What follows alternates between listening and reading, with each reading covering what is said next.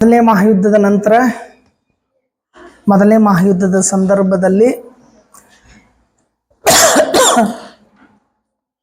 1917 ಆಗಿರ್ತಕ್ಕಂಥ ರಷ್ಯಾ ಕ್ರಾಂತಿ ನಂತರ ಅಧಿಕಾರಕ್ಕೆ ಬಂದಿರತಕ್ಕಂಥ ತಾತ್ಕಾಲಿಕ ಸರ್ಕಾರ ಅಲೆಕ್ಸಾಂಡರ್ ಕರೆನ್ಸ್ಕಿದು. ಅದಾದಮೇಲೆ ಅಲೆಕ್ಸಾಂಡರ್ ಕರೆನ್ಸ್ಕಿಯ ತಾತ್ಕಾಲಿಕ ಸರ್ಕಾರವನ್ನು ಹತ್ತಿಕ್ಕಿ ಲೆನಿನ್ ಅಧಿಕಾರಕ್ಕೆ ಬಂದಿದ್ದು. ಲೆನಿನನ ಸಾವಿನ ನಂತರ ಲೆನಿನನ ಆಪ್ತರಾಗಿರ್ತಕ್ಕಂಥ ಇಬ್ಬರಲ್ಲಿ ಅಧಿಕಾರಕ್ಕಾಗಿ ಪೈಪೋಟಿಗಳು ಆರಂಭ ಆಗ್ತವ. ಟ್ರಾಟಸ್ಕಿ ಮತ್ತು ಸ್ಟಾಲಿನ್. ಲೆನಿನನ ಆಸೆ ಇರ್ತದ ಅವನ ನಂತರ ಉತ್ತರಾಧಿಕಾರಿಯಾಗಿ ಟ್ರಾಟಸ್ಕಿ ಬರಬೇಕು ಅಂಥೇಳಿ. ಆದ್ರೆ ಸ್ಟಾಲಿನ್ ಮತ್ತು ಟ್ರಾಟಸ್ಕಿ ಇಬ್ಬರ ಮಧ್ಯೆ ಯುದ್ಧ ಆಗಿ ಅಂತರ್ಯುದ್ಧ ಆಗಿ ಸ್ಟಾಲಿನ್ ಏನಪ್ಪ ಅಂತಂದ್ರೆ ಯಶಸ್ವಿ ಆಗ್ತಾನೆ. ಟ್ರಾಟಸ್ಕಿಯನ್ನು ದೇಶದಿಂದ ಹೊರಗೆ ಹಾಕ್ತಾನೆ, ಗಡೀಪಾರು ಮಾಡ್ತಾನೆ. ಆಮೇಲೆ ಸ್ಟಾಲಿನನ ಆಳ್ವಿಕೆ ಪ್ರಾರಂಭ ಆಗ್ತೈತಿ. ನಾವು ಸ್ಟಾಲಿನನ್ನು ಸರ್ವಾಧಿಕಾರಿ ಅಂತನೂ ಕರಿತೀವಿ. ಯಾಕಂತಂದ್ರೆ ಲೆನಿನ್ ಬಹುತೇಕವಾಗಿ ಏನಪ್ಪ ಅಂತಂದ್ರೆ ರಾಷ್ಟ್ರೀಕರಣವನ್ನು ಆರಂಭ ಮಾಡಿ ಖಾಸಗೀಕರಣಕ್ಕೆ ಒಲವು ಕೊಟ್ಟಿದ್ದ. ಸ್ಟಾಲಿನ್ ಖಾಸಗೀಕರಣವನ್ನು ಮತ್ತೆ ರಾಷ್ಟ್ರೀಕರಣವನ್ನಾಗಿ ಮಾಡ್ಕೊಂಡ ಇಡೀ ಆಡಳಿತವನ್ನು ತನ್ನ ಕಪ್ಪಿ ಮುಷ್ಟಿಯೊಳಗೆ ಇಟ್ಕೊಂಡು ಯಾರ್ಯಾರು ತನ್ನನ್ನು ವಿರೋಧಿಸ್ತಾರಲ್ಲ ಅಂಥವ್ರನ್ನೆಲ್ಲ ಗಡೀಪಾರು ಮಾಡೋದು, ಜೈಲು ಶಿಕ್ಷೆ ಇಡೋದು, ಗುಂಡಿಕ್ಕಿ ಕೊಲ್ತಕ್ಕಂಥ ಕೆಲಸ ಮಾಡಿದ. ಅದನ್ನು ಸರ್ವಾಧಿಕಾರತ್ವ ಅಂತ ಕರಿತೀವಿ. ಈ ಸ್ಟಾಲಿನ್ ನಂತರದೊಳಗೆ ಯುರೋಪಿನೊಳಗೆ ಸರ್ವಾಧಿಕಾರತ್ವ ಹುಟ್ಕೋಕೆ ಸ್ಟಾರ್ಟ್ ಆಗ್ತದೆ. ಯುರೋಪಿನೊಳಗೆ ಸರ್ವಾಧಿಕಾರತ್ವ. ಹಾಗಾದ್ರೆ ಈ ಸರ್ವಾಧಿಕಾರ ಅಂತಂದ್ರೆ ಏನು ಅಂತ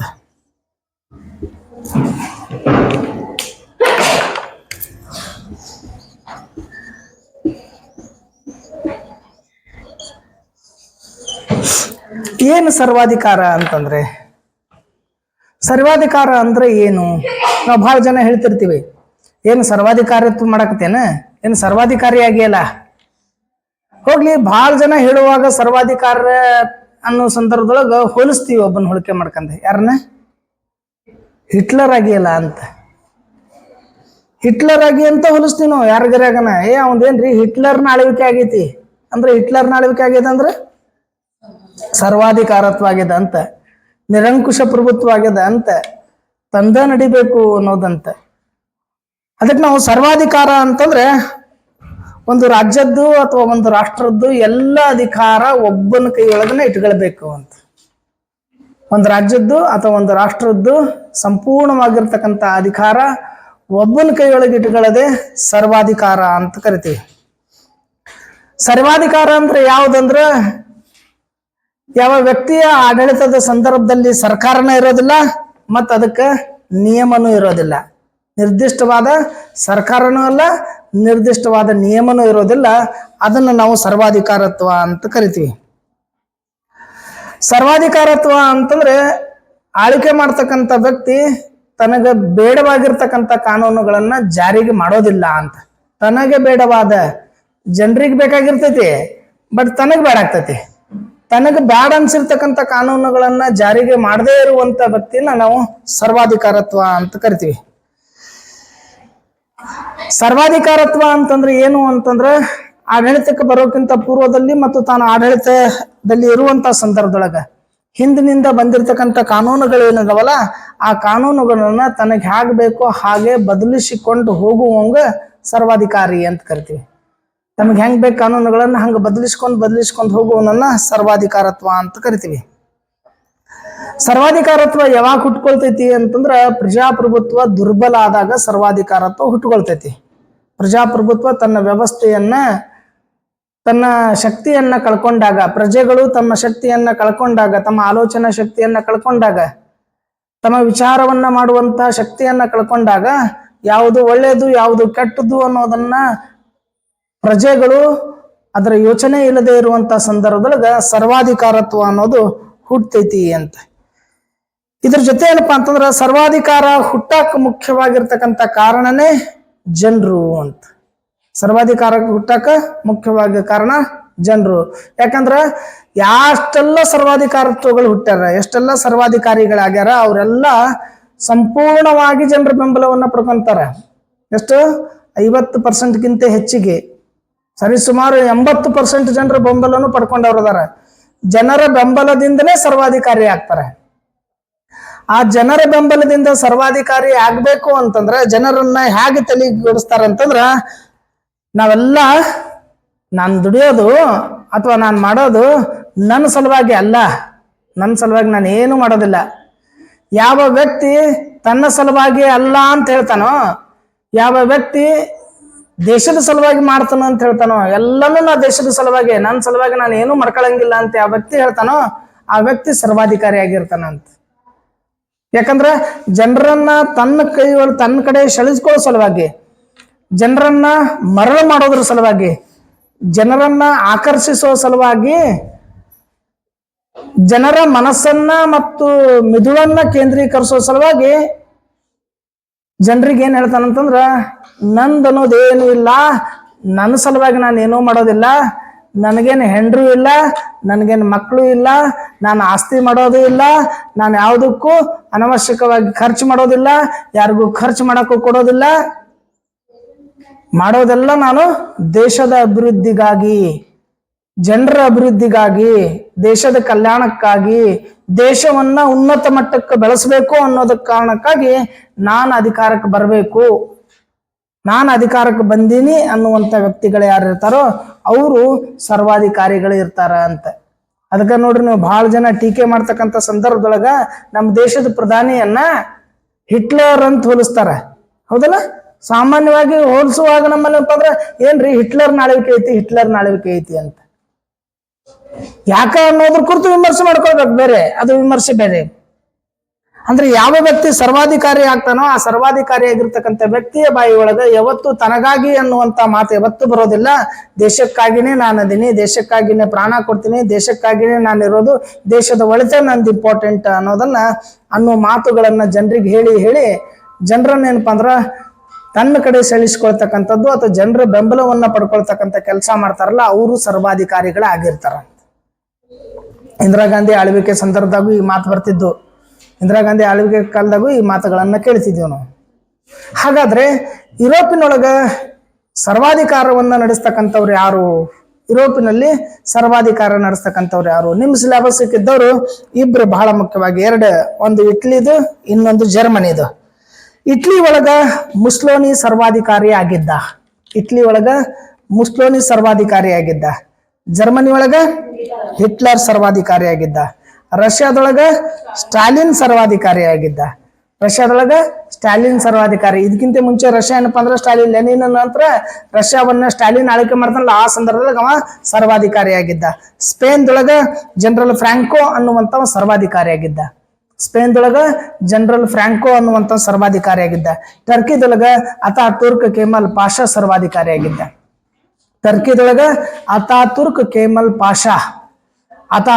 ಕೆಮಲ್ ಪಾಷಾ ಅನ್ನುವಂತವ ಸರ್ವಾಧಿಕಾರಿಯಾಗಿದ್ದ. ಟರ್ಕಿದೊಳಗ ಅತಾತುರ್ಕ್ ಕೆಮಲ್ ಪಾಷಾ ಸರ್ವಾಧಿಕಾರಿಯಾಗಿದ್ದ. ಪೋರ್ಚುಗಲ್ದಾಗ ಕಮ್ರಾನ್ ಅನ್ನುವಂತವ ಸರ್ವಾಧಿಕಾರಿಯಾಗಿದ್ದ.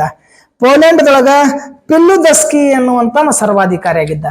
ಪೋಲೆಂಡ್ದೊಳಗ ಪಿಲ್ಲುದಸ್ಕಿ ಅನ್ನುವಂತವ ಸರ್ವಾಧಿಕಾರಿಯಾಗಿದ್ದ. ಹಂಗೇರಿಯಾದೊಳಗ ಹೊರಿ ಅನ್ನುವಂತವ ಸರ್ವಾಧಿಕಾರಿಯಾಗಿದ್ದ. ಈ ಎಲ್ಲ ಸರ್ವಾಧಿಕಾರಿಗಳು ಹೇಳೋ ಮಾತೇನು ಅಂತಂದ್ರೆ, ಎಲ್ಲನೂ ದೇಶಕ್ಕಾಗಿಯೇ, ನನ್ನ ವೈಯಕ್ತಿಕವಾಗಿ ಏನೂ ಇಲ್ಲ,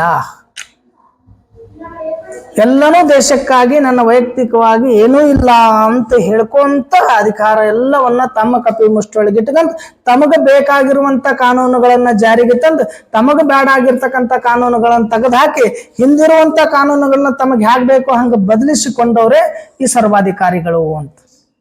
ನೋಡ್ರಿ, ನೀವು ಯಾವತ್ತು ಸರ್ವಾಧಿಕಾರತ್ವ ಇದ್ದವ್ರು ಹೆಂಗಿರ್ತಪ್ಪ ಅಂದ್ರೆ ಮಾತುಗಳನ್ನ ಹಂಗೆ ಮಾತಾಡ್ತಿರ್ತಾರ. ಅವ್ರು ನಾನು ವೈಯಕ್ತಿಕವಾಗಿ ಯಾವುದು ಏನೂ ಇಲ್ರಿ, ನಾನು ವೈಯಕ್ತಿಕ ಸಲುವಾಗಿ ಏನು ಮಾಡಕತ್ತಿಲ್ಲ, ನಾನೆಲ್ಲಾನು ಮಾಡಕತ್ತಿದ್ದೆ ದೇಶದ ಸಲುವಾಗಿ ಮಾಡಕತ್ತೇನಿ. ದೇವ್ರು ನನಗ ದೇಶದ ಸಲುವಾಗಿ, ದೇಶದ ಒಳಿತು ಮಾಡಾಕ ಸಲುವಾಗಿ ಏನಪ್ಪ ಅಂದ್ರೆ ದೇವ್ರು ನನಗೆ ಹುಟ್ಸ್ಯಾನ, ದೇವ್ರು ನನಗೆ ನಿನ್ನೆ ಕನಸಿನಾಗ ಬಂದು ಹೇಳ್ಯಾನ. ಹೌದಲ್ಲ, ಬಹಳ ಜನ ಹಿಂಗೆ ಹೇಳ್ತಿರ್ತಾರೆ. ಅಂದ್ರೆ ತನ್ನನ್ನು ತಾನು ಶ್ರೇಷ್ಠ ಅಂತ ಬಿಂಬಿಸಿಕೊಳ್ಳಾಕ ಜನರೊಳಗೆ ಇಂಥ ಭಾವನೆಗಳನ್ನ ಬಿತ್ತೋದು. ನಾವು ನಂಬ್ಕೊಂಡ್ ಬಿಡ್ತೀವಿ, ಸಡನ್ ಆಗಿ ನಂಬ್ಬಿಡ್ತೀವಿ. ಹೇಳಿರ್ಬೇಕು ತಗೋರಿ, ಪಾಪ ಏನ್ರಿ ಯಾರೂ ಇಲ್ಲ, ಎದ್ರ ಸಂಬಂಧ ಮಾಡ್ತಾನೆ? ನಾವ್ ಹೆಂಗ್ ಬೇಕು ಹಂಗ್ ಬದಲಾಗ್ತೀವಿ. ಮತ್ತೆ ಅದೇ ಪಾಪ ಯಾರು ಇಲ್ಲ ಅಂತ ಇನ್ನೊಬ್ಬ ವ್ಯಕ್ತಿ ಇದ್ದಂದ್ರೆ ಅವಂಗಂತೀವಿ ಅವ್ನು ದುನಿಯಾದ ಮಾಡ್ಕೊಂಡ್ ತಗೋರಿ. ನಾವು ಈ ವ್ಯವಸ್ಥೆ ಏನಪ್ಪಾ ಅಂತಂದ್ರೆ ಸರ್ವೇ ಸಾಮಾನ್ಯವಾಗಿ ಈ ವ್ಯವಸ್ಥೆಯನ್ನ ನಾವು ನೋಡ್ಕೊಂತ ಹೋಗ್ತೀವಿ. ಅವ್ರನ್ನ ನಾವು ಸರ್ವಾಧಿಕಾರತ್ವ ಅಂತ ಕರಿತೀವಿ. ಹಾಗಾದ್ರೆ ಸರ್ವಾಧಿಕಾರತ್ವದ ಏಳಿಗೆ ಯಾಕಾಯ್ತು ಅಂತ, ಯಾವ ಕಾರಣಕ್ಕಾಗಿ ಸರ್ವಾಧಿಕಾರತ್ವ ಏಳಿಕೆ ಆಗ್ತದೆ?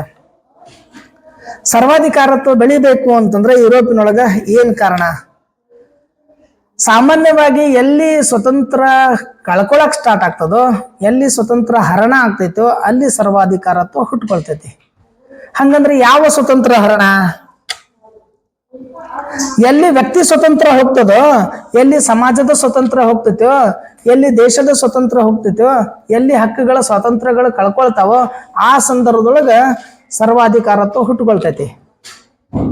ಬಹಳ ಈಜಿ ಅದ. ನಿಮ್ಮೆಲ್ಲರಿಗೂ ಮೂಲ ಸೌಕರ್ಯಗಳು ಸಿಗದೆ ನೀವೆಲ್ಲ ಬಳಲುತ್ತಿರುವಂತ ಸಂದರ್ಭದೊಳಗೆ ಸರ್ವಾಧಿಕಾರ ಹುಟ್ಟು ಬಿಡ್ತೈತಿ. ಯಾಕಂತಂದ್ರ ನಿಮ್ಮದ ಲಾಭವನ್ನ ಸರ್ವಾಧಿಕಾರಿಯಾಗಿರ್ತಕ್ಕಂಥ ವ್ಯಕ್ತಿ ಪಡ್ಕೊಂಡ್ ಬಿಡ್ತಾನೆ. ನಾನು ಹೇಳ್ಬಿಡ್ತೇನೆ, ನಿಮ್ಗೆ ಏನ್ ಸಿಗ್ಲಿಲ್ಲ, ನಿಮ್ಗೆ ಯಾರಿಗೂ ಮನಿ ಇಲ್ಲ, ನಿಮ್ಗೆ ಯಾರಿಗೂ ಹೊಲ ಇಲ್ಲ, ನಿಮ್ಗೆ ಯಾರಿಗೂ ನೌಕರಿ ಇಲ್ಲ, ನೀವೆಲ್ಲ ನಿರುದ್ಯೋಗಿಗಳಿದ್ರಿ, ನೀವೆಲ್ಲ ಕಲ್ತ್ರು ಹಂಗೆ ಕುಂತೀರಿ. ಇದಕ್ಕೆಲ್ಲರಿಗೂ ಯಾರು ಹೊಣೆ? ಈಗಿರುವಂತ ಸರ್ಕಾರ ಹೊಣೆ. ಅದಕ್ಕೇನ್ ಮಾಡ್ಬೇಕು ನೀವೆಲ್ಲರೂ? ನಿಮ್ಮೆಲ್ಲರಿಗೂ ಉದ್ಯೋಗ ಬೇಕೇ ಇಲ್ಲ, ನಿಮ್ಮೆಲ್ಲರಿಗೂ ಮನೆ ಬೇಕಿಲ್ಲ, ನಿಮ್ಮೆಲ್ಲರಿಗೂ ಸಂಪತ್ತು ಸಮಾನ ಬೇಕಿಲ್ಲ, ನಿಮ್ಮೆಲ್ಲರಿಗೂ ಭೂಮಿ ಬೇಕಿಲ್ಲ. ಹಂಗಂದ್ರೆ ನಿಮಗೆ ಬೇಕು ಅಂತಂದ್ರೆ ಏನ್ ಮಾಡ್ಬೇಕು ನೀವು? ಇದ್ದ ಸರ್ಕಾರವನ್ನ ಬದಲು ಮಾಡಬೇಕು, ನನಗೆ ಬೆಂಬಲ ಕೊಡಬೇಕು. ಬೇಕಾಗಿದ್ದೇನು? ನಮ್ಮ ಹಕ್ಕುಗಳು, ನಮ್ಮ ಸ್ವತಂತ್ರ, ನಮಗ ಅನುಕೂಲತೆಗಳು ಬೇಕಾಗಿದ್ದು. ಯಾವಾಗ ಅದು ಕಡಿಮೆ ಆಗ್ತದೋ, ಯಾವಾಗ ಅದು ಕಡಿಮೆ ಆಗ್ತೈತಿ ಅವಾಗೇ ಪ್ರಜಾಪ್ರಭುತ್ವ ನಾಶ ಆಗ್ತೈತಿ. ಅವಾಗನೇ ಏನಪ್ಪಾ ಅಂತಂದ್ರೆ ಸರ್ವಾಧಿಕಾರತೆ ಹೇಳಿ ಆಗ್ತದೆ.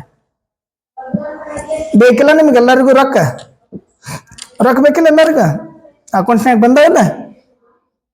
ಫ್ರೀದಾಗ ಬಂದಿಲ್ಲ? 15 ಲಕ್ಷ ಬಂದಿಲ್ಲ? ಮತ್ತೆ 15 ಲಕ್ಷ ಬೇಕಂತಂದ ಹೊಟ್ಟೆಕಿರಲ್ಲ. ಯೂಂ 15 लाख आ जाएंगे, ಹಿಂಗ 15 ಲಕ್ಷ ಬಂದ್ ಬಿಡ್ತಾವಂತ. ಬಂದು ಹೋಗ್ಲಿ, ವಿದೇಶದ ಕಪ್ ಹಣ ಬಂತು, ಸ್ವಿಸ್ ಬ್ಯಾಂಕ್ ಅಂತ ಸೀಜ್ ಆತು, ಬಂಡವಾಳಶಾಹಿಗಳು ನಾಶ ಆದ್ರು ಇಲ್ಲ, ಏನು ಫರಕ್ ಬೀಳಿಲ್ಲ. ಬಂಡವಾಳಶಾಹಿಗಳಿಗೆ ಎಷ್ಟು ಅಂತಂದ್ರ ನನಗೇನ್ರಿ, ನನ್ಗೇನ್ ನೀವು ಅಧಿಕಾರಕ್ಕೆ ಬಂದ್ರು ಅಟ್ಟ, ಅವ್ರ ಅಧಿಕಾರಕ್ಕೆ ಬಂದ್ರು ಅಟ್ಟ, ನಂದು ಬ್ಯಾಳೆ ಬೇಯ್ಬೇಕಷ್ಟ, ನಂದು ವ್ಯಾಪಾರ ನಡಿಬೇಕಷ್ಟ, ನಂದು ಬಿಸ್ನೆಸ್ ನಡಿಬೇಕಷ್ಟ, ನನಗ್ ಲಾಭ ಆಗ್ಬೇಕಷ್ಟ. ನನಗೇನ್ ಯಾರು ಬಂದ್ರು ಅಷ್ಟ. ಇವ್ರಿಗೂ ಒಂದು 10 ಕೊಟ್ಟು ಕೊಡ್ತೀನಿ, ಇವ್ರಿಗೂ 1000 ಕೊಟ್ಟು ಕೊಡ್ತೀನಿ, ಅವ್ರಿಗೊಂದು 1000 ಕೊಟ್ಟು ಕೊಡ್ತೀನಿ. ಅವ್ರ ಗೆದ್ರು ನನ್ನವರೇ, ಇವ್ರ ಗೆದ್ರು ನಮ್ಮವ್ರೆ. ಮತ್ ಹಿಂಗ ಮಾಡುವಂತ ಸಂದರ್ಭದೊಳಗ ಸರ್ವಾಧಿಕಾರತ್ವ ಅಂತ ನಾವು ಕರಿತೀವಿ. ಯಾವ ವ್ಯಕ್ತಿ ಎಲ್ಲ ನಿರ್ಧಾರವನ್ನ ಏಕಪಕ್ಷೀಯವಾಗಿ ತಾನೇ ನಿರ್ಧಾರ ಕೈಗೊಳ್ತಾನೋ ಆ ವ್ಯಕ್ತಿಯನ್ನ ಸರ್ವಾಧಿಕಾರತ್ವ ಅಂತ ಕರಿತೀವಿ. ಯಾರನ್ನೂ ಕೇಳೋದೇ ಇಲ್ಲ. ನೋಡ್ರಿ, ನೀವು ಒಬ್ಬ ವ್ಯಕ್ತಿ ಒಂದು ಕುಟುಂಬದ ಮುಖ್ಯಸ್ಥ ಇದ್ದ ಅಂತಂದ್ರ ನಿಮಗ ಅವು ಕೇಳೋದಿಲ್ಲ, ಮಕ್ಳು ಕೇಳೋದಿಲ್ಲ, ಯಾರಿಗೂ ಕೇಳಲಾರ್ದ ತಾವ್ ಒಬ್ಬನ ನಿರ್ಧಾರ ತಗೊಂಡಂದ್ರ ನೀವೆಲ್ಲರೂ ಏನ್ ಮಾಡ್ತೀರಿ? ನಮಗೇನು ಹೇಳೇ ಇಲ್ಲ ನೋಡ, ತಮ್ಮ ಮನ್ಸಿಗೆ ಬಂದಂಗ ಮಾಡ್ತಾರೆ. ತಮಗ ಮನ್ಸಿಗೆ ಬಂದಂಗ. ಒಂದು ರಾಜ್ಯ ನಡೆಸುವವರು, ಒಂದು ರಾಷ್ಟ್ರ ನಡೆಸುವಂತ ವ್ಯಕ್ತಿ ಯಾವ್ದಾದ್ರೂ ನಿರ್ಧಾರ ಕೈಗೊಳ್ಳೋಕ್ಕಿಂತ ಮುಂಚಿತವಾಗಿ ಆ ನಿರ್ಧಾರವನ್ನ ಆ ಪ್ರತಿನಿಧಿಗಳ ಹತ್ರ ಕೊಯ್ಬೇಕ, ಡಿಸ್ಕಸ್ ಮಾಡ್ಬೇಕ. ಅದ್ರ ಪರ ಮತ್ತು ವಿರೋಧ ಏನದವ, ಅದರ ಲಾಭ ಮತ್ತು ನಷ್ಟಗಳಿಂದ ಎಲ್ಲ ಚರ್ಚೆ ಬೇಕು. ರಾತ್ರಿ ಬೆಳತನ ರಾತ್ರಿನೂ ಚರ್ಚೆ ಮಾಡಂಗಿಲ್ಲ, ರಾತ್ರಿನೂ ಡಿಸಿಷನ್ ತಗೊಳಂಗಿಲ್ಲ. ಮತ್ತ ರಾತ್ರಿ ಡಿಸಿಷನ್ ತಗೊಂಡ್ರೆ ರಿಸರ್ವ್ ಬ್ಯಾಂಕ್ ಗವರ್ನರ್ಗೆ ಗೊತ್ತಿರ್ಲಿಲ್ಲ ನೋಟು ಅಮಾನ್ಯೀಕರಣ ಆಗ್ತದಂತ, ಡಿಮಾನಿಟೈಸೇಷನ್, ರೊಕ್ಕ ನೋಟ್ಗಳು ಬಂದಾಗ್ತಾವಂತೇಳಿ ರಿಸರ್ವ್ ಬ್ಯಾಂಕ್ ಗವರ್ನರ್ಗೆ ಗೊತ್ತಿರ್ಲಿಲ್ಲ. ಇನ್ನು ಸಂಪುಟ ಸಚಿವರಿಗಂತೂ ಬಿಟ್ಟು ಬಿಡ್ರಿ. ಕೇಂದ್ರದ ಏಕಪಕ್ಷೀಯವಾಗಿರ್ತಕ್ಕಂಥ ನಿರ್ಧಾರಗಳು, ಏಕಪಕ್ಷೀಯವಾಗಿರ್ತಕ್ಕಂಥ ನಿರ್ಧಾರಗಳು ಸರ್ವಾಧಿಕಾರತ್ವದ ಅಂಶಗಳನ್ನ ಏನಪ್ಪಾ ಅಂದ್ರೆ ತಿಳಿಸ್ತಕ್ಕಂಥ ಕೆಲಸ ಮಾಡ್ತಾವೆ. ಹಾಗಾದ್ರೆ ಈ ಯುರೋಪಿನೊಳಗ ಸರ್ವಾಧಿಕಾರ ಯಾಕೆ ಹುಟ್ಟು ಅಂತ, ಯುರೋಪಿನಲ್ಲಿ ಸರ್ವಾಧಿಕಾರ ಹುಟ್ಟಾಕ್ ಮುಖ್ಯವಾಗಿರ್ತಕ್ಕಂಥ ಕಾರಣಗಳು ಏನಂತಂದ್ರೆ ಮೊದಲನೇ ಮಹಾಯುದ್ಧ ಬಹಳ ಮುಖ್ಯವಾಗಿರ್ತಕ್ಕಂಥ ಕಾರಣ. ಯಾಕಂದ್ರೆ ಮೊದಲನೇ ಮಹಾಯುದ್ಧ ಆಗಿತ್ತು. ಮೊದಲನೇ ಮಹಾಯುದ್ಧದಾಗ 2 ಬಣಗಳಿದ್ದು. ಒಂದು ಬಣ ಸೋತಿತ್ತು, ಒಂದು ಬಣ ಗೆದ್ದಿತ್ತು. ಗೆದ್ದಿರ್ತಕ್ಕಂಥ ಬಣ ಪ್ಯಾರಿಸ್ ಶಾಂತಿ ಸಮ್ಮೇಳನ ಮಾಡ್ಕೊಂಡು ಅಲ್ಲಿ ಒಂದು ವರ್ಸೆಲ್ಸ್ ಅನ್ನುವಂತ ಒಂದು ಒಪ್ಪಂದ ಮಾಡ್ಕೊಂಡಿತ್ತೆ. ಆ ಒಪ್ಪಂದ ಮಾಡ್ಕೊಂಡಿರ್ತಕ್ಕಂಥ ಸಂದರ್ಭದಾಗ ಗೆದ್ದ ರಾಷ್ಟ್ರಗಳ ಮೇಲೆ ಏನಪ್ಪಾ ಅಂದ್ರೆ ಸೋತ ರಾಷ್ಟ್ರಗಳ ಸೇಡಿನ ಮನೋಭಾವ ಆಯ್ತು. ಗೆದ್ದ ರಾಷ್ಟ್ರಗಳು ಸ್ವತಂತ್ರ ರಾಷ್ಟ್ರಗಳ ಮೇಲೆ ಸೇಡಿನ ಮನೋಭಾವವನ್ನು ಬೆಳೆಸ್ಕೊಂಡ್ರು. ಸ್ವತಂತ್ರ ರಾಷ್ಟ್ರಗಳು ಗೆದ್ದಂತ ರಾಷ್ಟ್ರಗಳ ಮೇಲೆ ಸೇಡಿನ ಮನೋಭಾವವನ್ನ ಬೆಳೆಸ್ಕೊಂಡ್ರು. ಇಬ್ಬರದು ಸೇಡ್ ಇರ್ತೈತಿ. ಬರೀ ಸೋತವ್ರ ಸೇಡು ಗೆದ್ದವ್ರ ಮೇಲೆ ಇರಂಗಿಲ್ಲ, ಗೆದ್ದವ್ರ ಸೇಡು ಬರೀ ಸೋತವ್ರ ಮೇಲೆ ಇರೋದಿಲ್ಲ, ಇಬ್ಬರದು ಸೇಡ್ ಇರ್ತೈತಿ. ಯಾಕಂತಂದ್ರ ಯುದ್ಧ ಆಗಕ್ಕೆ ಕಾರಣಕರ್ತರು ಈ ಸೋತವ್ರು. ಯುದ್ಧ ಆಗಕ್ಕೆ ಯಾರ ಕಾರಣ? ಇವ್ರು ಸೋತವ್ರು. ಅದಕ್ಕೆ ಇವ್ರನ್ನ ಮತ್ತೊಂದು ಸಾರಿ ಬಲಿಷ್ಠ ಆಗಕ್ ಬಿಡಬಾರ್ದು, ಮತ್ತೊಂದ್ ಸಾರಿ ಇವರು ಶಸ್ತ್ರಾಸ್ತ್ರಗಳನ್ನು ತಯಾರು ಮಾಡಬಾರ್ದು, ಮತ್ತೊಂದ್ ಸಾರಿ ಇವ್ರು ಯುದ್ಧ ಮಾಡಬಾರ್ದು, ಇವ್ರನ್ನ ನಿಗಾ ಇಟ್ಕೊಂಡಿರ್ಬೇಕು, ಇವ್ರನ್ನ ಹದ್ದು ಬಸ್ನಾಗ ಇಡಬೇಕು ಅಂತೇಳಿ ಗೆದ್ದ ರಾಷ್ಟ್ರಗಳು ಅವ್ರ ಮೇಲೆ ಸೇಡ ತಿರ್ಸ್ಕೊಳಕತ್ರು. ಸೋತ ರಾಷ್ಟ್ರಗಳು ಏನ್ ಮಾಡಕತ್ತು? ನಾವಿಷ್ಟು ಬಲಿಷ್ಠ ಆಗಿದ್ವಿ, ನಮ್ಮ ಸೋಲ್ಸಿರ್ತಕ್ಕಂಥ ಇವ್ರನ್ನ ಒಂದಲ್ಲ ಒಂದ್ಸರಿ ಸೋಲ್ಸಬೇಕು ನಾವು ಅಂತ ಹೇಳ್ಕೊಂಡು ಸೋತ ರಾಷ್ಟ್ರಗಳು ಗೆದ್ದ ರಾಷ್ಟ್ರದ ಮೇಲೆ ಸೇಡವನ್ನ ತಿರ್ಸ್ಕೊಳಕತ್ತು. ಆ ಸೇಡಿನ ಮನೋಭಾವ ಏನಿದೆಲ್ಲ ಅದು ಸರ್ವಾಧಿಕಾರತ್ವದ ಏಳಿಗೆಗೆ ಕಾರಣ ಆತು ಅಂತ. ಈ ಬ್ರಿಟನ್ ಮತ್ತು ಫ್ರಾನ್ಸ್ ಏನಪ್ಪಾ ಅಂತಂದ್ರೆ ಸ್ವತಂತ್ರ ರಾಷ್ಟ್ರಗಳ ಸೊಕ್ಕನ್ನ ಅಡಗಿಸುವ ಸಲುವಾಗಿ ಸಾಕಷ್ಟು ಪ್ರಯತ್ನಗಳು ಮಾಡಿದ್ವು. ಸೋತ ರಾಷ್ಟ್ರಗಳೇನಪ್ಪಾ ಅಂದ್ರೆ ಶಾಂತಿಯನ್ನ ಬಯಸಿದ್ದು. ಅದ್ರ ಸಲುವಾಗಿ ಪ್ಯಾರಿಸ್ ಶಾಂತಿ ಸಮ್ಮೇಳನ ಅಂತ ಆಗಿತ್ತು. ವರ್ಸೆಲ್ಸ್ ಒಪ್ಪಂದ ಅದರೊಳಗನೆ ವರ್ಸೆಲ್ಸ್ ಒಪ್ಪಂದ ಆಗಿತ್ತು. ಆ ವರ್ಸೆಲ್ಸ್ ಒಪ್ಪಂದ ಕಠಿಣವಾಗಿರ್ತಕ್ಕಂಥ ಒಪ್ಪಂದಗಳಾಗಿದ್ದು, ಸ್ವತಂತ್ರ ರಾಷ್ಟ್ರಗಳನ್ನ ಸಾಯಿ ಹೊಡೆಯುವಂತ ಒಪ್ಪಂದಗಳಾಗಿದ್ದು. ಅದಕ್ಕೆ ಹಳ್ಳಿ ಒಳಗೆ ಹೇಳ್ತಿರ್ತಾರೆ, ಗೆದ್ದವ ಸೋತ, ಸೋತವ ಸತ್ತ ಅಂತ. ಗೆದ್ದವ ಸೋತ, ಸೋತವ ಸತ್ತ. ಬಿದ್ದಂತ ಒಬ್ಬ ತಗ್ಗಿನಲ್ಲಿ ಬಿದ್ದಿರ್ತಕ್ಕಂಥ ವ್ಯಕ್ತಿಗೆ ಆಳಿಗೊಂದೊಂದು ಕಲ್ಲು ಹಾಕಿ ಅವನು ಮುಳುಗಿಸ್ಬಿಡದ ಅಂತ. ಸೋತಿರ್ತಕ್ಕಂಥ ರಾಷ್ಟ್ರಗಳಿಗೆ ಏನಪ್ಪಾ ಅಂತಂದ್ರೆ ಮತ್ತಷ್ಟು ನಿರ್ಬಂಧನೆಗಳನ್ನ ಹಾಕಿ ಅದನ್ನ ಸಂಪೂರ್ಣವಾಗಿ ನಿರ್ಮೂಲನೆ ಮಾಡುವಂತಹ ಕೆಲಸವನ್ನ ಗೆದ್ದಂತ ರಾಷ್ಟ್ರಗಳು ಮಾಡಿದವು ಅಂತ.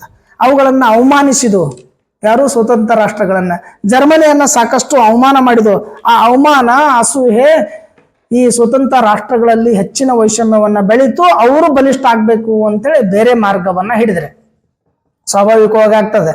ಒಬ್ಬ ವ್ಯಕ್ತಿ ಬಹಳಷ್ಟು ಅವಮಾನಿತ ಆಗಾಕತ್ತ ಅಂತಂದ್ರ ವಾಮ ಮಾರ್ಗವನ್ನ ಹಿಡಿಯಕ್ ಪ್ರಾರಂಭ ಮಾಡ್ತಾನೆ. ವಾಮ ಮಾರ್ಗ ಅಂತಂದ್ರೆ ಕೆಟ್ಟ ದಾರಿಯನ್ನ, ಬ್ಯಾಕ್ಡೋರ್ ಎಂಟ್ರಿಯನ್ನ. ಹಿಂದಿನ ಮಾರ್ಗ ಇರ್ತದೆ, ನೇರವಾದ ಮಾರ್ಗ ಅಲ್ಲ. ಸಾಕಷ್ಟು ತೊಂದರೆ ಅನುಭವಿಸ್ಕೊಂಡು, ಸಾಕಷ್ಟು ನೋವು ಅನುಭವಿಸ್ಕೊಂಡು, ವೈಫಲ್ಯಗಳನ್ನು ಅನುಭವಿಸಿದಾಗ ಬೇರೆ ದಾರಿಯನ್ನು ಹಿಡಿತಕ್ಕಂಥ ಕೆಲಸ ಮಾಡ್ತಾನೆ. ನೋಡ್ರಿ, ಸ್ವಾಭಾವಿಕವಾಯ್ತು. ನೀವು ಬೇಡಿದಾಗ ಕೊಡ್ಲಿಲ್ಲ ಅಂತಂದ್ರ ಅವಾಗ ಏನ್ ಮಾಡಕ್ ಚಾಲು ಮಾಡ್ತೀರಿ? ಹಠ ಹಿಡಿತೀರಿ, ಸ್ಟ್ರೈಕ್ ಕುಂದಿರ್ತೀರಿ. ನನಗೆ ಯಾವ ಬೇಕು, ಇದು ಬೇಕು, ಅಪ್ಪ ಇದು ಬೇಕು ಅಂತ ಕೇಳಿದಾಗ ಕೊಡ್ಲಿಲ್ಲ ಅಂದ್ರೆ ಮಾಡ್ತೀರಿ, ಸುಮ್ ಕೂತ್ ಬಿಡ್ತೀರಿ. ಇಲ್ಲ, ಜಗಳಾಡಕ್ ಸ್ಟಾರ್ಟ್ ಮಾಡ್ತೀರಿ, ಹಠ ಹಿಡ್ಕೊಂಡು ಬೇಡ್ತೀರಿ, ಮಾತಾಡ್ಲಾರ್ದ ಕುಂದಿರ್ತೀರಿ, ಊಟ ಮಾಡ್ಲಾರ್ದಂಗ ಇರ್ತೀರಿ, ನೀರ್ ಕುಡಿಲಾರ್ದಂಗ ಇರ್ತೀರಿ, ಮನಿ ಒಳಗ್ ಬರಂಗಿಲ್ಲ, ಹೊರಗೆ ಇರ್ತೀನಿ ಅಂತಂತೀರಿ. ಏನ್ ಬೇಕಾದ ಜಪ್ ಅನ್ಲಾರ್ದಂಗ ನೀವ್ ಏನ್ ಬೇಕಾದ್ ಮಾಡ್ರಿ ಅಂತ ಬಿಟ್ಟ ಮೇಲೆ ಕಡೆಗೆ ಏನ್ ಮಾಡ್ತೀರಿ? ಹುಡುಗು ಪ್ಲಾನ್ ಹಾಕ್ತಿರಿ. ಅವಾಗ ಏನ್ ಪ್ಲಾನ್ ಮಾಡ್ತೀರಿ? ಹೆಂಗಾದ್ರೂ ಮಾಡ್ರಿ, ಪಡ್ಕೊಳ್ಳೇಬೇಕು ಅನ್ನೋ ಕಾರಣಕ್ಕಾಗಿ ಬೇರೆ ದಾರಿಯನ್ನ ಹಿಡಿತಕ್ಕಂಥ ಆಯ್ತು ತಗೋ, ಇವ್ರು ಕೊಡಂಗಿಲ್ಲಲ್ಲ ನೋಡು ಅಂತ ತಿಳ್ಕಂದ ಮನ್ಯಾಗ ಏನಾರ ಇದ್ದಾಗ, ನಾನ್ ನಿಮ್ದಂತ ಹೇಳ್ತಿಲ್ಲ, ಸಾಮಾನ್ಯವಾಗಿ ಹೇಳಕತ್ತಾನೆ. ಮನ್ಯಾಗ ಏನಾರ ಇಟ್ಟಾಗ, ಯಾವಾಗಾರ ಇದ್ದಾಗ ಆಯ್ತು ತಗೋ, ಇಟ್ಟು ಹೋಗ್ಲಿ ಅವ್ರು, ತಗೊಂಡ್ಬಿಡ್ತಾನೆ ನಾನು ಅಂತೇಳಿ ತಗೊಂಡಾಗ ಏನ್ ಮಾಡೋರ್ದಾರ? ಅದಕ್ಕ ಸರ್ವಾಧಿಕಾರತ್ವ ಏಳಿಗೆ ಸಂದರ್ಭದೊಳಗೆ ಯಾವ ರಾಷ್ಟ್ರಗಳು ಸೋತಿದ್ದು, ಯಾವ ರಾಷ್ಟ್ರಗಳ ಮೇಲೆ, ಸೋತಿರ್ತಕ್ಕಂಥ ರಾಷ್ಟ್ರಗಳ ಮೇಲೆ ಮತ್ತೊಂದು ಸಾರಿ ಬಲಿಷ್ಠ ಆಗ್ಬಾರ್ದು ಅಂತೇಳಿ ಗೆದ್ದಂತ ರಾಷ್ಟ್ರಗಳು ಸೇಡು ತೀರಿಸಿಕೊಳ್ಳುವಂತ ಪ್ರಯತ್ನ ಮಾಡಿದ್ವು. ಆಗ ಸ್ವತಂತ್ರ ರಾಷ್ಟ್ರಗಳು ನಮ್ಮನ್ನ ಅತೀ ಕೀಳಾಗಿ ಕಾಣಕತ್ತಾರ, ನಮ್ಮನ್ನ ಬೆಳೆಯಕ್ಕೆ ಬಿಡೋದಿಲ್ಲ ಅನ್ನುವಂತ ಮನೋಭಾವ, ಆ ಸೇಡು ಗೆದ್ದಂತ ರಾಷ್ಟ್ರಗಳ ಮೇಲೆ ಇಟ್ಕೊಂಡ್ರು. ಅದಕ್ಕೆ ಸರ್ವಾಧಿಕಾರತ್ವ ಹುಟ್ಟುಕೊಳ್ತು. ಜನರಿಗೆ ಬಹಳ ಈಸಿ, ನಾವು ಹೆಂಗ್ ಬೇಕಾದಂಗೆ ಬದಲು ಮಾಡ್ಬೋದು. ಹಡ್ರಿ ಕುಣೀರಿ ಅಂದ್ರೆ ಕುಣಿತೀವಿ ನಾವು, ಹೌದಲ್ಲ? ಕುಣೀರಿ ಅಂದ್ರೆ ಕುಣಿತೀವಿ, ಜಿಗಿದಾಡ್ರಿ ಅಂದ್ರೆ ಜಿಗಿದಾಡ್ತೀವಿ, ಬಾರಿಸ್ರಿ ಅಂದ್ರೆ ಬಾರಿಸ್ತೀವಿ. ನಮಗೆ ಸಾಮಾನ್ಯ ಜ್ಞಾನನೂ ಇಲ್ಲ. ಮಂತ್ರ ಓದಿದ್ರೆ ಮಾವಿನಕಾಯಿ ಉದುರ್ತಾವ? ಮಂತ್ರ ಓದಿದ್ರೆ ಕಲ್ಲು ಉದುರ್ತಾವ. ಅವು ಹೇಳಕತ್ತೀರಿ ಹಂಗ. ಮಂತ್ರ ಓದಿದ್ರೆ ಕಲ್ಲು ಉದುರ್ತಾವಪ್ಪ, ಮಾವಿನಕಾಯಿ ಉದುರ್ತಾವ? ಕಲ್ಲು ಒಗದ್ರೆ ಉದುರ್ತಾವ, ಮಂತ್ರ ಹೇಳಿದ್ರೆ ಉದುರಂಗಿಲ್ಲ. ಹೋಮ ಮಾಡಿದ್ರೆ, ಹಗಲು ರಾತ್ರಿ ನಮಾಜ್ ಮಾಡ್ಕೊಂಡ್ರೆ ಏನಾರು ಉದುರ್ತಾವ? ಏನು ಉದುರಂಗಿಲ್ಲ. ಮತ್ ಪ್ರಯತ್ನ ಮಾಡ್ಬೇಕಲ್ಲ ಅದಕ್ಕೆ. ಮತ್ ಪ್ರಯತ್ನ ಮಾಡ್ಬೇಕು ಅಂತಂದಾಗ ಆ ಪ್ರಯತ್ನದ ಕಡೆ ಏನಪ್ಪಾ ಅಂದ್ರೆ ಹೋಗ್ಬೇಕು ಅಂತಂದ್ರೆ ಅಡೆತಡೆಗಳು ಬಂದಾಗ ಅದನ್ನ ವಿರೋಧ ಮಾಡುವಂತ ಭಾವನೆ ಬೆಳಿತೈತಿ. ಅವಾಗ ಸರ್ವಾಧಿಕಾರತ್ವ ಹುಟ್ಕೊಳ್ತು ಅಂತ ಹಿಟ್ಲರ್ನೊಳಗ ಆ ಭಾವನೆ ಬಂದ್ಬಿಡ್ತೈತಿ. ಜರ್ಮನಿಯನ್ನ ಸಂಪೂರ್ಣವಾಗಿ ಹತ್ತಿಕ್ಕುವಂತ ಪ್ರಯತ್ನ, ಜರ್ಮನಿಯನ್ನ ನಾಶ ಮಾಡ್ಬೇಕನ್ನುವಂತ ಪ್ರಯತ್ನ ಗೆದ್ದಂತ ರಾಷ್ಟ್ರಗಳು ಮಾಡಾಕತ್ತಾವ. ಅದಕ್ಕೆ ನೀವ್ ಏನ್ ಮಾಡ್ಬೇಕು? ಜರ್ಮನ್ರು ನೀವೆಲ್ಲ ಏನ್ ಮಾಡ್ಬೇಕು? ನೀವೆಲ್ಲ ಬಲಿಷ್ಠರಾಗ್ಬೇಕು, ನೀವೆಲ್ಲ ಶಕ್ತಿವಂತರಾಗ್ಬೇಕು, ನೀವೆಲ್ಲರೂ ನನ್ಗೆ ಬೆಂಬಲ ಕೊಡ್ಬೇಕು. ಅವಾಗ ನಾನು ಜರ್ಮನಿಯನ್ನ ಜಗತ್ತಿನೊಳಗ ಯುರೋಪದೊಳಗ ಒಂದು ಬಲಿಷ್ಠ ರಾಷ್ಟ್ರ ನಂಗೆ ಕಾಡ್ತೀನಿ. ನಿಮಗೆ ಸ್ವಾಭಿಮಾನ ಐತೆ ಇಲ್ಲೋ? ನಿಮಗೆ ದೇಶಭಕ್ತಿ ಐತೆ ಇಲ್ಲೋ? ನಿಮಗೆ ದೇಶದೊಳಗೆ ರಕ್ತ ಹರಿತೈತೆ ಇಲ್ಲೋ? ನೀವು ದೇಶದ ಉಣ್ತೀರ ಇಲ್ಲೋ? ದೇಶಕ್ಕಾಗಿ ಪ್ರಾಣ ಕೊಡೋದಿಲ್ಲ ನೀವು? ದೇಶಕ್ಕಾಗಿ ಹುತಾತ್ಮರಾದ್ರೆ ಸ್ವರ್ಗಕ್ಕೆ ಹೋಗ್ತೀರಿ, ಹೌದಲ್ಲ? ಇಂಥ ಎಲ್ಲ ಭಾವನೆಗಳು ಹಿಟ್ಲರ್ ಮಾತನಾಡುವಂತ ಕೌಶಲ್ಯ ಹಿಟ್ಲರ್ ಭಾಳ ಇರ್ತೈತಿ. ಹಿಟ್ಲರ್ ಸೈನ್ಯವನ್ನ ಹೇಗೆ ಹುರಿದುಂಬಿಸ್ತಾನ ಅನ್ನೋದನ್ನ ನೋಡ್ಬೇಕು. ಹಂಗೆಲ್ಲ ಹಿಟ್ಲರ್ ಮಾತುಗಳನ್ನ ಆಡ್ಕೊಂತ ಹಿಟ್ಲರ್ ಗೆದ್ದಂತ ರಾಷ್ಟ್ರಗಳ ವಿರುದ್ಧವಾಗಿ ಸೇಡಿ ತೀರಿಸ್ಕೊಳ್ಳೋ ಸಲುವಾಗಿ ಏನಪ್ಪಾ ಅಂದ್ರೆ ಕಾದು ಕೊಳ್ತಾ ಸೈನ್ಯವನ್ನ ಸಂಘಟನೆ ಮಾಡ್ಕೊಂಡು ಬಂದ. ಅವಾಗ ಹಿಟ್ಲರ್ನ ಸರ್ವಾಧಿಕಾರತ್ವ ಹುಟ್ಟುಕೊಳ್ತು. ಇದ್ರ ಜೊತೆ ಸರ್ವಾಧಿಕಾರ ಹುಟ್ಟಾಕ, ಯುರೋಪಿನೊಳಗೆ ಸರ್ವಾಧಿಕಾರ ಹುಟ್ಟಾಕ ಇನ್ನೊಂದು ಮುಖ್ಯವಾಗಿರ್ತಕ್ಕಂಥ ಕಾರಣ ಅಂತಂದ್ರೆ ಸ್ವತಂತ್ರ ರಾಷ್ಟ್ರಗಳು ಆರ್ಥಿಕವಾಗಿ ದಿವಾಳಿತನಕ್ಕೆ ಒಳಗಾದವು, ಆರ್ಥಿಕ ಮುಗ್ಗಟ್ಟನ್ನ ಅನುಭವಿಸಿದು. ಸ್ವತಂತ್ರ ರಾಷ್ಟ್ರಗಳು ಆರ್ಥಿಕ ಮುಗ್ಗಟ್ಟನ್ನ ಅನುಭವಿಸಿದು. ನೋಡ್ರಿ, ಸ್ವತಂತ್ರ ರಾಷ್ಟ್ರಗಳೇ ಆರ್ಥಿಕ ಮುಗ್ಗಟ್ಟು ಅನುಭವಿಸ್ತಾವ, ಗೆದ್ದಂತ ರಾಷ್ಟ್ರಗಳು ಆರ್ಥಿಕ ಮುಗ್ಗಟ್ಟನ್ನ ಅನುಭವಿಸ್ತಾವ. ಆದಂತ ಸ್ವತಂತ್ರ ರಾಷ್ಟ್ರಗಳು ಅತಿ ಹೆಚ್ಚು. ಅಲ್ರಿ, ಜಗಳಾಡುವಾಗ ಇಬ್ಬರಿಗೂ ಹಾನಿ ಆಗ್ತೈತಿ, ಹಾನಿ ಆಗ್ತೈತಿ. ಮತ್ತ ಗೆದ್ದವಂಗ ಹಾನಿ ಆಗೋದಿಲ್ಲೇನು? ಗೆದ್ದವಂಗೂ ಹಾನಿ ಆಗ್ತೈತಿ, ಸೋತವಂಗ ಅತಿ ಹೆಚ್ಚು ಹಾನಿ ಆಗ್ತೈತಿ. ಗೆದ್ದವ ಮತ್ತಷ್ಟು ಶೋಷಣೆ ಮಾಡಕ್ ಪ್ರಾರಂಭ ಮಾಡ್ತಾನೆ. ಯಾರಿಗೆ? ಸೋತವ್ರಿಗೆ ಮತ್ತಷ್ಟು ಶೋಷಣೆ ಮಾಡಕ್ ಪ್ರಾರಂಭ ಮಾಡ್ತಾನೆ. ಅದಕ್ಕೆ ಹೇಳ್ತಾರಲ್ಲ, ಸೋತವ ಸತ್ತ ಅಂತ. ಯಾಕಂದ್ರೆ ಸೋತವಂಗ ಎಲ್ಲರೂ ಅವಮಾನ ಮಾಡಕ್ ಪ್ರಾರಂಭ ಮಾಡ್ತೀರಿ, ಸೋತವಂಗ ದಂಡ ಹಾಕಕ್ ಸ್ಟಾರ್ಟ್ ಮಾಡ್ತೀರಿ. ಯಾವಾಗ? ಮೊದಲನೇ ಮಹಾಯುದ್ಧದ ಸಂದರ್ಭದೊಳಗೆ ಏನಪ್ಪಾ ಅಂದ್ರೆ ಸೋತಿರ್ತಕ್ಕಂಥ ರಾಷ್ಟ್ರಗಳು ಇದ್ದುವಲ್ಲ, ಆ ಸೋತಿರ್ತಕ್ಕಂಥ ರಾಷ್ಟ್ರಗಳ ಮೇಲೆ ಗೆದ್ದಿರ್ತಕ್ಕಂಥ ರಾಷ್ಟ್ರಗಳು ಯುದ್ಧದ ಪರಿಹಾರ ಹಣವನ್ನ ಕೊಡಬೇಕು ಅಂತೇಳಿ ನಿರ್ಬಂಧವನ್ನ ಹಾಕಿದ್ದು. ಯುದ್ಧದ ಪರಿಹಾರ ಹಣ ಸೋತಿರ್ತಕ್ಕಂಥ ರಾಷ್ಟ್ರಗಳೇ ಕೊಡಬೇಕು ಅಂತ.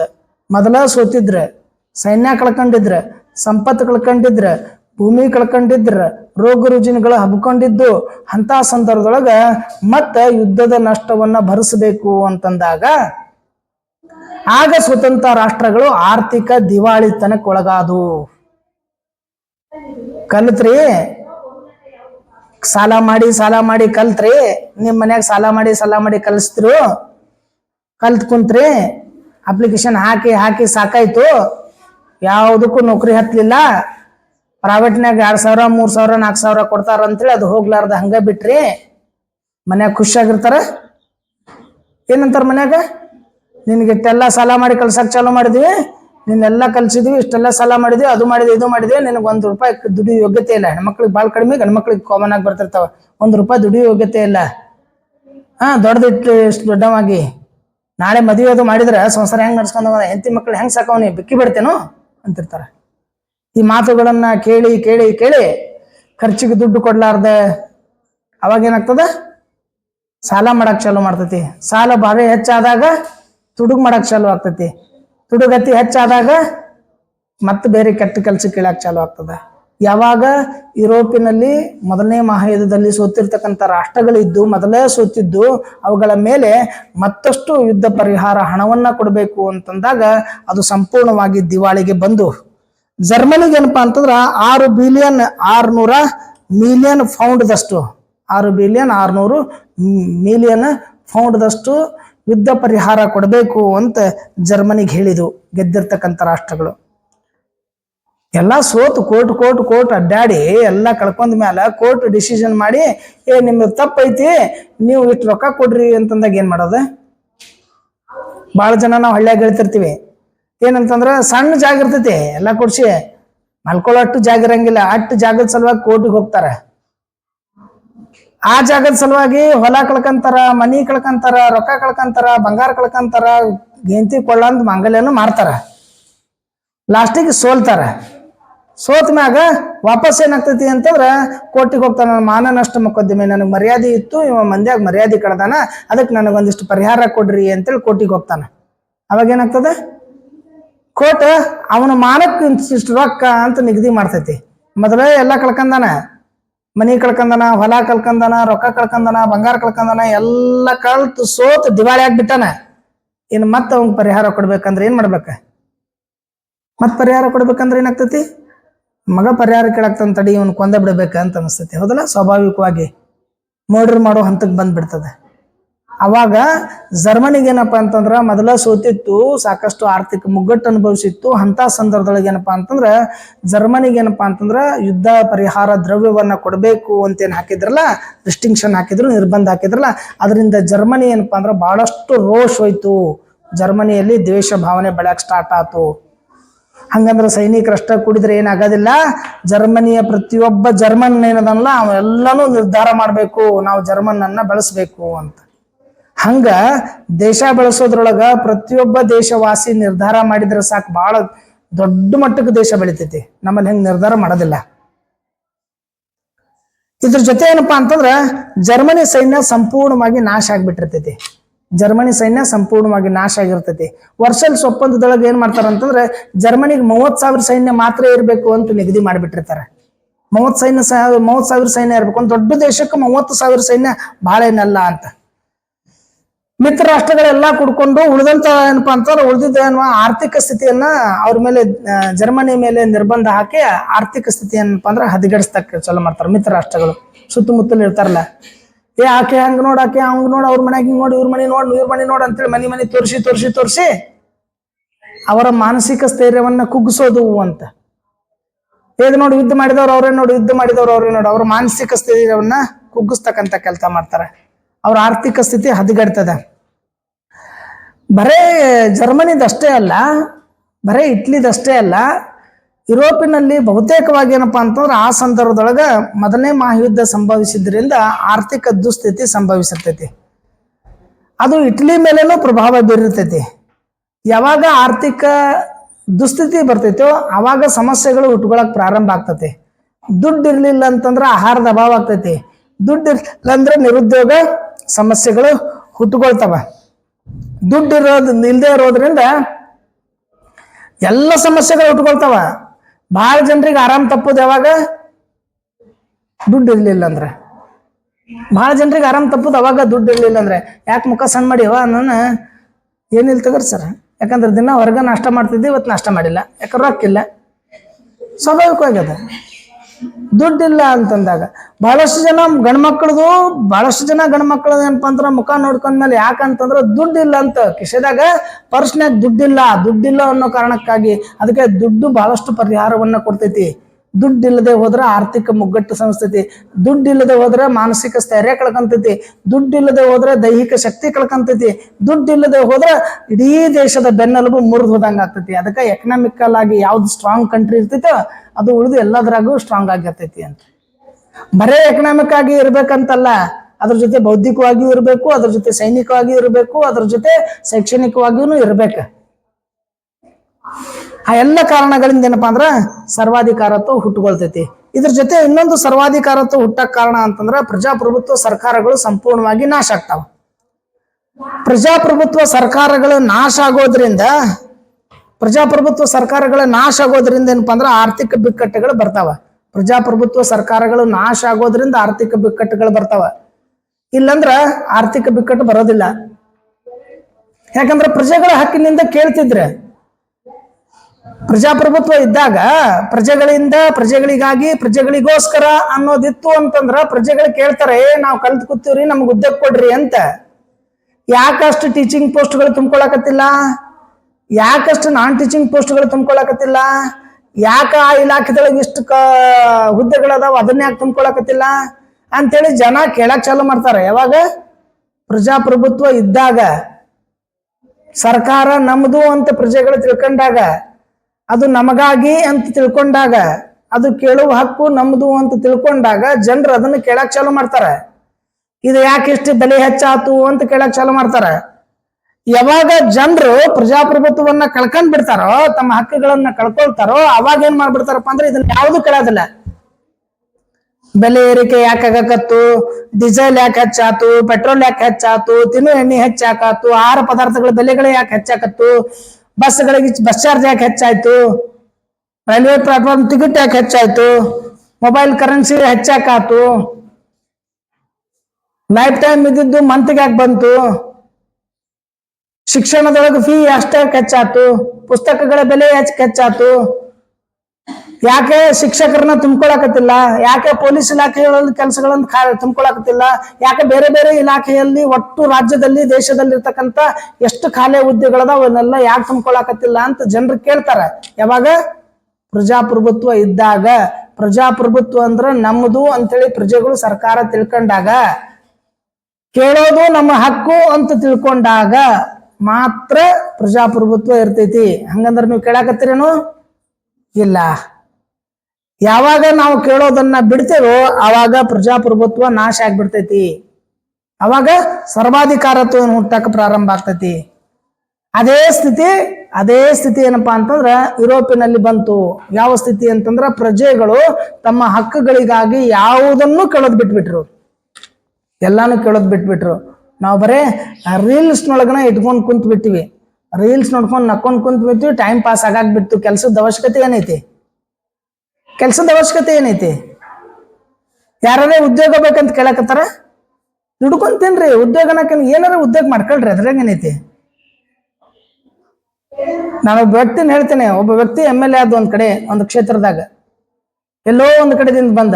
ಆ ವ್ಯಕ್ತಿ ಏನ್ ಹೇಳಿದ್ದಂದ್ರ, ಪ್ರತಿ ಮನೆಗೆ ಭೇಟಿಯಾಗಿ ನಿಮ್ ಮಗ ಅದಲ್ರಿ, ನಿಮ್ ಮಗಗ್ ನೌಕರಿ ಕೊಡಿಸ್ತೇನ್ರಿ, ನಿಮ್ ಮಗಗ್ ನೌಕರಿ ಕೊಡಿಸ್ತೇನ್ರಿ, ನಿಮ್ಗೆ ನೌಕರಿ ಕೊಡಿಸ್ತೇನೆ, ನಿಮ್ ಇಡೀ ಕ್ಷೇತ್ರ ತುಂಬಾ ನೌಕರಿ ಕೊಡಿಸ್ತೇನೆ ಅಂತ ಹೇಳಿ ಮೊದಲೇ ಸರಕ್ಕೆ ಬಿದ್ದ, 2ನೇ ಸರಕ್ಕೆ ಬಿದ್ದ, 3ನೇ ಸರಕ್ಕೆ MLA ಆದ, 4ನೇ ಸರಕ್ಕೆ MLA ಆದ, 5ನೇ ಸರಕ್ಕೆ ಪೂರಾ ಬಿದ್ದ್ಬಿಟ್ಟ.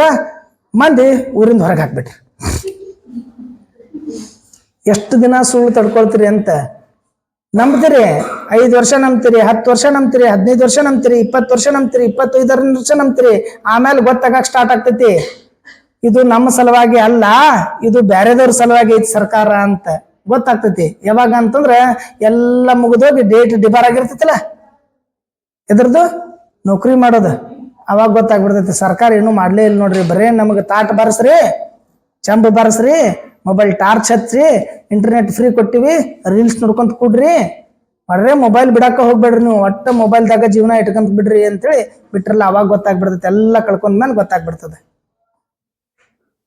ಅದಕ್ಕೆ ಹೇಳೋದು ಪ್ರಜಾಪ್ರಭುತ್ವ ಬಹಳ ಇಂಪಾರ್ಟೆಂಟ್ ಅಂತ. ಪ್ರಜಾಪ್ರಭುತ್ವ ಸರ್ಕಾರಗಳು ಇದ್ದಾಗ ಮಾತ್ರ ಪ್ರಜೆಗಳ ಕಲ್ಯಾಣಗಳಾಗ್ತವ. ಪ್ರಜಾಪ್ರಭುತ್ವ ಸರ್ಕಾರಗಳು ಯಾವಾಗ ವಿಫಲ ಆಗ್ತಾವಲ್ಲ ಆ ಸಂದರ್ಭದಲ್ಲಿ ಸರ್ವಾಧಿಕಾರತ್ವ ಹುಟ್ಟಕ್ ಪ್ರಾರಂಭ ಆಗ್ತದ. ನಾಳೆ ದಿನ ಜನರನ್ನ ಕನ್ವರ್ಟ್ ಮಾಡ್ಕೊಂಡು ಜನರನ್ನ ತಮ್ಮ ಕಡೆ ಸೆಳ್ಕೊಳ್ಬೇಕು ಅಂತಂದ್ರ ದುಡ್ಡು ಕೊಟ್ರೆ ಆಗೋದಿಲ್ಲ, ತಿನ್ನಾಕ ಏನಾರೇ ಕೊಟ್ರೆ ಆಗೋದಿಲ್ಲ. ಅವ್ರ ಮೈಂಡ್ ಗೇಮ್ ಮಾಡ್ಬೇಕಂತ, ಅವ್ರ ಮನಸ್ಸನ್ನ ನಮ್ಮ ಕಡೆ ತಗೊಳ್ಬೇಕು ಅಂತ, ಮೈಂಡ್ ಚಾವಿ ಹಾಕ್ಬಿಡ್ಬೇಕಂತ, ಚಾವಿ ನಮ್ಮ ಕಡೆ ಇಟ್ಕೊಂಡ್ ಬಿಡ್ಬೇಕಂತ. ಹೆಂಗ ಫ್ರೀ ಕೊಟ್ಟು ಕೊಟ್ಟು ಕೊಟ್ಟು ಕೊಟ್ಟು ರೂಢಿ ಹಾಕ್ಬಿಡ್ತೈತಿ. ಆಮೇಲೆ ಒಂದಿಷ್ಟ ತಂಬಾಕು ಕೊಡು ಅಂತೇಳಿ ಬಿಡ್ತಿದ್ರು ಗೊತ್ತಾನೆ, ಬಿಡ್ತಿರಲ್ಲ ಹಳ್ಳ್ಯಾಗ ಚಟ ಬಿದ್ದ ಮ್ಯಾಗ ಒಂದಿಷ್ಟ ತಂಬಾಕು ಕೊಡ್ರಿ ಅಂತ ಬಿಡ್ತಿದ್ರೆ ಈಗೇನ್ ಬಿಡಾಕ್ತಾರ? ನಿಮ್ಮಲ್ಲಿ ಬಿಡಾಕ್ತಾರ. ಒಂದಿಷ್ಟ ಹಾಟ್ಸ್ಪಾಟ್ ಚಾಲು ಮಾಡು, ಒಂದಿಷ್ಟ ನೆಟ್ ಇದು ಮಾಡ್ಕೊಂತೀನಿ, ವೈಫೈ ಕನೆಕ್ಟ್ ಮಾಡ್ಕೊಂತೀನಿ. ಅಂತ ಪರಿಸ್ಥಿತಿ ಬಂದ್ಬಿಟ್ಟಿತ್ತು ನೋಡ್ರಿ ನೀವು. ಮತ್ತೆಲ್ಲ ಆ ಹಾಸ್ಟೆಲ್ ರೂಮ್ ಬಿಟ್ಟು ರೂಮ್ ಅಡ್ಡಾಡೋದು, ಮತ್ತೆ ಯಾರ ಕಡೆ ಐತಿ ನನ್ನ ಕಡೆ ಇಲ್ಲವ, ನಂದು ಖಾಲಿ ಆಗೈತಿ, ನಂದು ಖಾಲಿ ಆಗೈತಿ ಅಂದ್ರೆ ಹುಚ್ಚರ್ ಟೈಪ್ ಅಡ್ಡಾಡೋದು, ಅವ್ರ ಕಡೆ ಇವ್ರ ಕಡೆ ಅಂತ. ಚಂದಂಗ್ ಹೋದ್ರಿವಾ, ಹಾಸ್ಟೆಲ್ ಕೊಟ್ಟಾರ, ರೂಮ್ ಕೊಟ್ಟಾರ, ಚಂದಂಗ್ ಹೋದ್ರ ಅಂದ್ರೆ ನಿಮ್ಗೆ ನೆಟ್ ದತ್ತೈತಿ. ಯಾಕಂದ್ರೆ ನಿಮ್ ತಲೆಯಾಗ ನಟ್ ಟೈಟ್ ಮಾಡ್ಬಿಟ್ರ ಅವ್ರ, ಮುಂದಿಂದ ಏನು ಯೋಚನೆ ಮಾಡಬಾರ್ದಂತ. ಅದನ್ನೇ ಅವಾಗ ಸರ್ವಾಧಿಕಾರ. ನಿಮ್ಗೆ ಏನೂ ಕೇಳೋ ಹಕ್ಕ ಇರಂಗಿಲ್ಲ. ಆಗ ನಿಮ್ಗೇನ್ ಬೇಕಾಗಿರ್ತೈತಿ? ನೆಟ್ ಬೇಕಷ್ಟೇ. ನಿಮ್ಗೆ ರೀಲ್ಸ್ ಬೇಕ, ನಿಮ್ಗೆ ವಿಡಿಯೋಸ್ಗಳು ಬೇಕ, ನಿಮ್ಗೆ ಓದ್ ಬೇಡ, ಉದ್ಯೋಗ ಬೇಡ, ಮನಸ್ ಬೇಡ, ಏನ್ ಬೇಡ, ನಿಮ್ಗೆ ಬೇಕಾಗಿದ್ದ ಅದು ಒಂದೇ. ನಿಮಗೆಲ್ಲ ಅದ್ರೊಳಗೆ ಕಳ್ಕೊಂಡ್ ಬಿಡ್ರಿ, ನಾವ್ ಹೆಂಗ್ ಬೇಕು ಹಂಗ ಮ್ಯಾಲ ಇದ್ದವ್ರು ಆಳ್ಕೆ ಮಾಡ್ಕೊಂಡು ಚಾಲು ಮಾಡಿಬಿಡ್ತಾರ ಅವ್ರು. ಕೊಟ್ರೆ ಕೊಡ್ರಿ, ಬಿಡ್ರಿ. ಉಪವಾಸ ಹತ್ರ ಸಾಯ್ಲಕ್ ನಮ್ಗೇನಾಗೋದೈತಿ? ನಾವು ನೆಟ್ ಕೊಟ್ಟಿವಲ್ಲ ಫ್ರೀದಾಗ, ಹೊಟ್ಟೆ ತುಂಬಿಸ್ತದಲ್ಲ. ಅದಕ್ಕೆ ಸರ್ವಾಧಿಕಾರತ್ವ ಹುಟ್ಟಾಕ. ಪ್ರಜಾಪ್ರಭುತ್ವ ನಾಶ, ಸರ್ವಾಧಿಕಾರತ್ವ ಹುಟ್ಟದ. ಮೊದಲನೇ ಮಹಾಯುದ್ಧ ಆದ್ಮೇಲೆ ಇಂಥ ಭೀಕರವಾಗಿರ್ತಕ್ಕಂಥ ಯುದ್ಧ ಸಂಭವಿಸಬಾರದು ಅನ್ನೋ ಕಾರಣಕ್ಕಾಗಿ ಒಂದು ರಾಷ್ಟ್ರ ಸಂಘ ಅಂತ ಹುಟ್ಟುಕೊಂಡಿತ್ತು. ಅಂತಾರಾಷ್ಟ್ರೀಯ ಸಂಘ ಸಂಸ್ಥೆಗಳ ಕೊರತೆ ಮೊದಲನೇ ಮಹಾಯುದ್ಧಕ್ಕೆ ಕಾರಣ ಆಗಿತ್ತು ಅಂತ. ಅಂತಾರಾಷ್ಟ್ರೀಯ ಸಂಘ ಸಂಸ್ಥೆಗಳು ಮಧ್ಯಸ್ಥಿಕೆ ವಹಿಸುವಂತವ್ರು ಇಲ್ಲದೆ ಇರೋದ್ರಿಂದ ಮೊದಲನೇ ಮಹಾಯುದ್ಧ ಆಗಿತ್ತು. ಅದಕ್ಕೇನಪ್ಪಾ ಅಂದ್ರ ಮತ್ತೊಂದು ಸಾರಿ ಇಂಥ ಭೀಕರ ವಿನಾಶ, ವಿಪತ್ತು, ಸಾವು ನೋವು, ಆರ್ಥಿಕ ಮುಗ್ಗಟ್ಟಿಗೆ ಕಾರಣವಾಗಿರ್ತಕ್ಕಂಥ ಯುದ್ಧ ನಡಿಬಾರ್ದು ಅನ್ನೋ ಕಾರಣಕ್ಕಾಗಿ ಮಧ್ಯಸ್ಥಿಕೆ ವಹಿಸೋ ಸಲುವಾಗಿ ಒಂದು ರಾಷ್ಟ್ರ ಸಂಘ ಅಂತ ಸ್ಥಾಪನೆ ಮಾಡ್ಕೊಂಡಿದ್ರೆ, ಆ ರಾಷ್ಟ್ರ ಸಂಘ ಏನಪ್ಪಾ ಅಂದ್ರೆ ಸಂಪೂರ್ಣವಾಗಿ ವಿಫಲತೆ ಆಗಕ್ ಪ್ರಾರಂಭ ಆಗ್ತೈತಿ. ಯಾವಾಗ ರಾಷ್ಟ್ರ ಸಂಘ ವಿಫಲ ಆಗ್ತೈತೋ ಅವಾಗ ಸರ್ವಾಧಿಕಾರಿಗಳು ಹುಟ್ಕೊಳ್ತಾರೆ. ಯಾವಾಗ ನಾವು ಮನಿ ಚಾಲು ಆಗ್ಬಿಡ್ತೈತಿ ಅಂದ್ರೆ ಒಡ್ಯಾಕ ಮನ್ಯಾಗಿದ್ದ ಹಿರಿಯರ ಸುಮ್ಮನೆ ನೋಡ್ಲಾರ್ದಂಗೆ ಕುಂದ್ರಾಕ್ ಚಾಲು ಮಾಡಿದ್ರೆ ನಾವು ಮನಸ್ಸಿಚ್ಚೆ ಕೆಲಸ ಮಾಡಕ್ ಚಾಲು ಮಾಡ್ಬಿಡ್ತೀವಿ. ಕಾಲಾಗ ಏನಾರ ಬಿದ್ದಿತ್ತು ಅಂತಂದ್ರೆ ನಾಕ್ ಹಿಂಗ್ ಒದ್ದು ಹೋದಿವಿ ಅಂತಂದ್ರೆ ಸುಮ್ಮನೆ ಕೂತ್ರು ಅಂತಂದ್ರೆ ಮುಗಿದೈತಿ. ಮತ್ತೊಂದ್ಸರಿ ಒದ್ದ ಹೋಗ್ತಿವಿ, ಮತ್ತೊಂದ್ಸರಿ ತುಳಿದು ಹೋಗ್ತಿವಿ. ಮನ್ಯಾಗಿದ್ದವ್ರು ಏನಂತಂದ್ರೆ ಕಣ್ಣಾಗ ಕಾಣಂಗಿಲ್ಲೇನ, ನೆತ್ತಿ ಮ್ಯಾಗದ ಕಣ್ಣು ಅಂತಂದ್ರೆ ಅವಾಗ ತೆಗೆದಿಡಾಕ್ ಚಾಲು ಮಾಡ್ತೀವಿ. ಅದಕ್ಕೆ ಹೇಳ್ತೀವಲ್ಲ, ರಾಷ್ಟ್ರ ಸಂಘ ಯುರೋಪಿನಲ್ಲಿ ಇರ್ತಕ್ಕಂಥ ಏನ ರಾಷ್ಟ್ರ ಸಂಘದ ಸದಸ್ಯ ರಾಷ್ಟ್ರಗಳಾಗಿದ್ದು ಆ ರಾಷ್ಟ್ರಗಳನ್ನ ತನ್ನ ಹತೋಟಿಯೊಳಗೆ ಇಟ್ಟುಕೊಂಡಿದ್ರೆ ಸರ್ವಾಧಿಕಾರತ್ವದ ಏಳಿಗೆನೂ ಆಗ್ತಿರ್ಲಿಲ್ಲ, ಎರಡನೇ ಮಹಾಯುದ್ಧನೂ ಘಟಿಸ್ತಿರ್ಲಿಲ್ಲ. ಅದು ಸಂಪೂರ್ಣವಾಗಿ ವಿಫಲ ಆಗ್ತೈತಿ. 1935 ನಂತರ 31-35 ತನಕ ರಾಷ್ಟ್ರ ಸಂಘದ ಸದಸ್ಯತ್ವ ಹೊಂದಕ್ ಆಗದೇ ಇಲ್ಲ. ಎಲ್ಲರೂ ಸದಸ್ಯತ್ವವನ್ನು ಬಿಟ್ಟು ಹೋಗಕ್ ಪ್ರಾರಂಭ ಮಾಡ್ಬಿಡ್ತಾರೆ. ಹಾಗಾದ್ರೆ ಏನಪ್ಪಾ ಅಂದ್ರೆ ರಾಷ್ಟ್ರ ಸಂಘ ತನ್ನ ಮಾನ್ಯತೆಯನ್ನ ಕಳ್ಕೊಳಕ್ ಸ್ಟಾರ್ಟ್ ಮಾಡ್ಬಿಡ್ತೈತಿ. ಆ ರಾಷ್ಟ್ರ ಸಂಘದೊಳಗೆ ಏನಪ್ಪಾ ಅಂದ್ರೆ ಮುಸ್ಲೋನಿ, ಹಿಟ್ಲರ್ ಅನ್ನತಕ್ಕಂಥ ಸರ್ವಾಧಿಕಾರ ಆಕ್ರಮಣ ಮಾಡಕ್ ಚಾಲು ಮಾಡ್ಬಿಡ್ತಾರೆ. ನೋಡೋಣ ತಡೋ ಒಂದ್ಸರಿ ಟ್ರೈ ಮಾಡೋಣ. ಏನಾರ ಒಂದು ನಮ್ಮ ಅಪ್ಪನ ಕಿಸಿದಂದ್ರೆ, ನಮ್ಮ ಅವ್ವನ ಪಾರ್ಸನೆ ಅಂದ್ರೆ ಏನಾರ ಒಂದಿಷ್ಟು ತಕೊಂಡಾಗ ನಮ್ಮ ಅವ್ಗ ನಮ್ಮ ಅಪ್ಪ ಗೊತ್ತಾಗ್ತೈತೆ ನೋಡೋಣ, ಟ್ರೈ ಮಾಡೋಣ ಅಂತ ತಕೊಂಡಿರ್ತೀರಿ. ಅವ್ರೆಲ್ಲರೂ ಮಿಸ್ ಆಗಿರ್ತೈತೆ ಅಂತ ಬಿಟ್ಟಿರ್ತೀರಿ. ಮತ್ತೊಂದ್ಸರಿ ಕೇಳಿಲ್ಲ ಅಂತೇಳಿ ಮತ್ತೊಂದ್ಸರಿ ತಕೋತೀರಿ. ಅವಾಗ್ಲೂ ಏನದ ಅದ್ರ ರೂಢಿ ಬಿದ್ದು ಬಿಡ್ತೈತಿ. ಏನಂತ ತಕೊಳ್ದು ಏನೂ ಮಾಡಂಗಿಲ್ಲ ಅಂತ ರೂಢಿ ಬಿದ್ದು ಬಿಡ್ತೈತಿ. ಆಮೇಲೆ ಎಲ್ಲಾನು ತಗೊಂಡ್ ಹೋಗ್ಬಿಡ್ತೀರಿ. ಒಮ್ಮೆ ಎಲ್ಲಾನು ತಗೊಂಡ್ ಅವಾಗ ಗೊತ್ತಾಗ್ತೈತಿ, ಹಾ ದಿನ ಸ್ವಲ್ಪ ಹೊಂಟಿದ್ದು ಇವತ್ತು ಎಲ್ಲಾನು ಹೋಗ್ಯಾವ ಅಂತಂದ್ರೆ ಇಲ್ಲಿ ಯಾರ ತಗೊಂಡಾರ ಅಂತ. ಅವಾಗ ಏನಾಗ್ತದ, ನೀ ತಗೊಂಡೆ ಅಂತ ಕೇಳಾಕತ್ತ ಜಗಳ ಪ್ರಾರಂಭ ಆಗ್ತಾವ. ನನಗೆ ತುಡುಗಂತ ತಿಳ್ಕೊಂಡೆ, ನನ್ಗೆ ಹಂಗ್ ತಿಳ್ಕೊಂಡೆ, ಹಿಂಗ್ ತಿಳ್ಕೊಂಡೆ ಸ್ಟಾರ್ಟ್ ಆಗ್ಬಿಡ್ತಾವ. ಅವಾಗ ಏನಾಗ್ತದ, ಬ್ಯಾಡ್ ತಗೋ, ನನ್ನ ಪಾಲ ನಾನು ಕೊಟ್ಬಿಡು. ಬಾಳ ಹೆಣ್ಮಕ್ಳು ಮಾಡ್ತಾರ, ಗಂಡ್ ಮಕ್ಳು ಮಾಡ್ತಾರ, ಪಾಲ ಕೊಟ್ಬಿಡ ಅಂತೇಳಿ.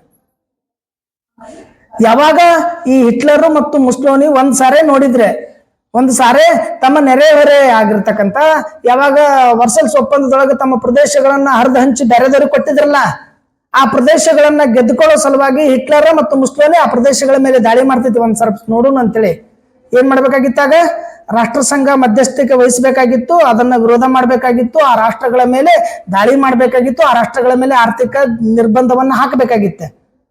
ಬಟ್ ಹಿಟ್ಲರ್ ಮತ್ತು ಮುಸ್ಲೋನಿಯ ದಾಳಿಗೆ ರಾಷ್ಟ್ರ ಸಂಘ ಏನೋ ಮಾಡೋದಿಲ್ಲ, ಮೂಕ ಪ್ರೇಕ್ಷಣೆಯಾಗಿ ನೋಡ್ಕೊಂತ ಕುಂತ ಬಿಡ್ತೈತಿ. ಮತ್ತ ಅವಾಗ ಏನಾಗ್ಬಿಡ್ತೈತಿ, ಹಿಟ್ಲರ್ ಮತ್ತು ಮುಸ್ಲೋನಿಗೆ ಚಲ್ಲಾಟ ಆಗ್ಬಿಡ್ತೈತಿ. ಹಾಗಾದ್ರೆ ರಾಷ್ಟ್ರ ಸಂಘ ವಿಫಲತೆಗೆ ಹೋಗ್ತದೆ. ರಾಷ್ಟ್ರ ಸಂಘ ದುರ್ಬಲ ಆಗಿರೋದ್ರಿಂದ ಏನಪ್ಪಾ ಅಂತಂದ್ರೆ ಅಲ್ಲಿ ಪ್ರಜಾಪ್ರಭುತ್ವ ಸರ್ಕಾರಗಳು ಸಂಪೂರ್ಣವಾಗಿ ನಾಶ ಆಗ್ತವ. ಪ್ರಜಾಪ್ರಭುತ್ವ ಸರ್ಕಾರವನ್ನ ರಕ್ಷಿಸಿಕೊಳ್ಳುವಂತ ಶಕ್ತಿ ರಾಷ್ಟ್ರ ಸಂಘಕ್ಕೆ ಇರೋದಿಲ್ಲ. ರಾಷ್ಟ್ರ ಸಂಘ ವಿಫಲತೆ ಸರ್ವಾಧಿಕಾರದ ಹೇಳಿಕೆಗೆ ಕಾರಣ ಆಗ್ತದ ಅಂತ. ಇದ್ರ ಜೊತೆ ಈ ಸರ್ವಾಧಿಕಾರ ಹುಟ್ಟುಕೊಳ್ಳಕ್ ಮುಖ್ಯವಾಗಿರ್ತಕ್ಕಂಥ ಕಾರಣ ಅಂತಂದ್ರೆ ಇಟ್ಲಿ ಒಳಗ, ಜರ್ಮನಿ ಒಳಗ, ಟರ್ಕಿ ಒಳಗ ಮತ್ತು ರಷ್ಯಾದೊಳಗ ಅಲ್ಲಿ ಪರಿಸ್ಥಿತಿ ಸಂಪೂರ್ಣವಾಗಿ ಹದಗೆಡ್ತದೆ. ಪರಿಸ್ಥಿತಿ ಹದಗೆಟ್ಟಾಕ ಜನರಿಗೆ ಏನಪ್ಪಾ ಅಂತಂದ್ರೆ ಸಾಕಷ್ಟು ತೊಂದರೆಗಳನ್ನ ಅನುಭವಿಸ್ತಾರೆ. ಆಹಾರದ ಅಭಾವ ಆಗ್ತೈತಿ, ನಿರುದ್ಯೋಗ ಸಮಸ್ಯೆಗಳು ಹುಟ್ಟಾಗ್ತಾವ. ಅದ್ರ ಜೊತೆ ಏನಪ್ಪಾ ಅಂದ್ರೆ ಆರ್ಥಿಕ ಸ್ಥಿತಿ ಚಿಂತಾಜನಕ ಆಗ್ತದೆ, ತೆರಿಗೆ ವಜ್ಜಾಗ್ತದೆ, ಮೂಲ ಸೌಕರ್ಯಗಳ ಕೊರತೆ ಆಗ್ತವ.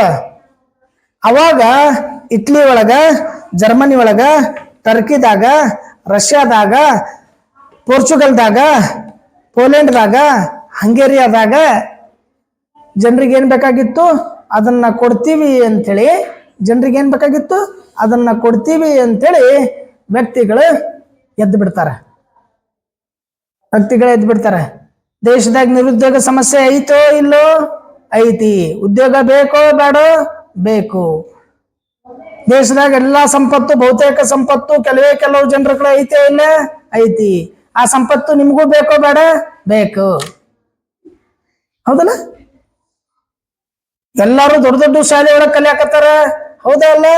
ನೀವು ದೊಡ್ಡ ಶಾಲೆ ಒಳಗೆ ಕಲಿಬೇಕು, ಹೌದಾ ಅಲ್ಲ? ಕಲಿಬೇಕು. ಎಲ್ಲಾರ ಕಡೆ ಅತ್ಯಾಧುನಿಕವಾಗಿರ್ತಕ್ಕಂಥ ಯಂತ್ರೋಪಕರಣಗಳದಾವ, ನಿಮ್ ಕಡೆನೂ ಬೇಕಿಲ್ಲ? ಬೇಕು. ಅದಕ್ಕೇನ್ ಮಾಡ್ಬೇಕು?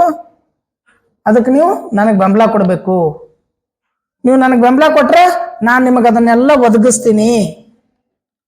ಯಾವ ರಾಷ್ಟ್ರಗಳು ಆಯಾ ರಾಷ್ಟ್ರಗಳಲ್ಲಿ ಜನರಿಗೆ ಬೇಕಾಗಿರ್ತಕ್ಕಂಥ ಮೂಲ ಸೌಕರ್ಯಗಳು, ಹಕ್ಕುಗಳು, ಉದ್ಯೋಗ, ಆಹಾರ, ಆರೋಗ್ಯ ಇವೆಲ್ಲ ಮರೀಚಿಕೆ ಆಗಿದ್ದು, ಇವೆಲ್ಲ ಕಳ್ಕೊಂಡ್ ಬಿಟ್ಟಿದ್ದು, ಅವನ್ನ ಕೊಡ್ತೀನಿ ಅಂತೇಳಿ ಯಾವ ವ್ಯಕ್ತಿಗಳು ಎದ್ದು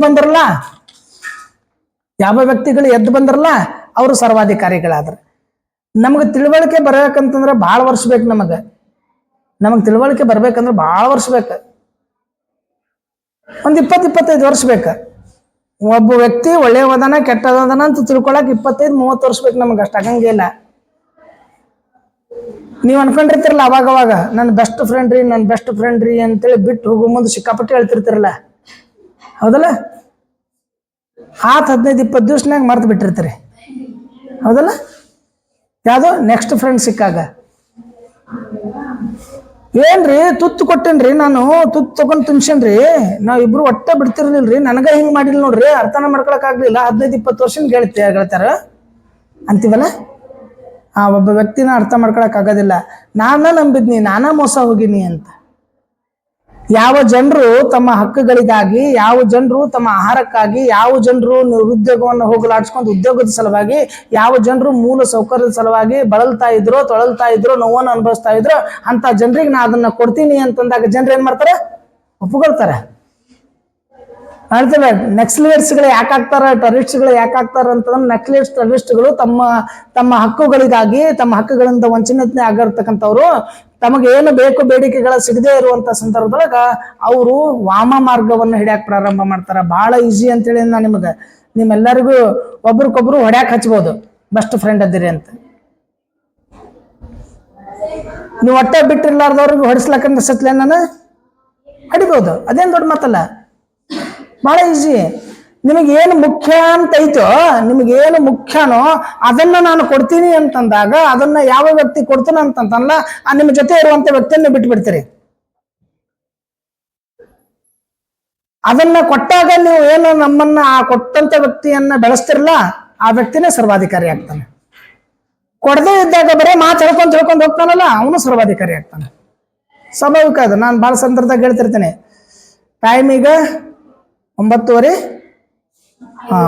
9:30 ಹಂಗ 5 ಗಂಟೆ ತನಕ ಹಿಂಗ ಮಾತಾಡ್ಕೊಂತ ಕುಂತೆ, ನಾನು ಹೇಳ್ಕೊಂತ ಕುಂತೆ. ಏನಾಗ್ತದೆ ನಿಮಗ?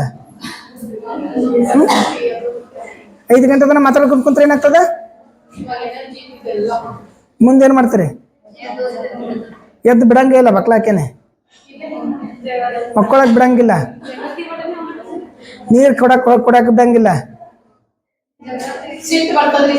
ಮುಂದೇನ್ ಮಾಡ್ತೀರಿ? ಒಂದು ಆಪ್ಷನ್ಸ್ ಇಡ್ತೇನೆ, ಅವ್ರಿಗೆ ಹೊಡಿರಿ, ಒಂದು ಹೊರಗೆ ಹೋಗ್ರಿ. ಯಾಕೆ ನಿಮ್ಮ ಫ್ರೆಂಡ್ ಅಲ್ಲ? ಒಂದು ಹೊಡಿರಿ ಅವ್ರಿಗೆ, ಹೊರಗೆ ಹೋಗ್ರಿ.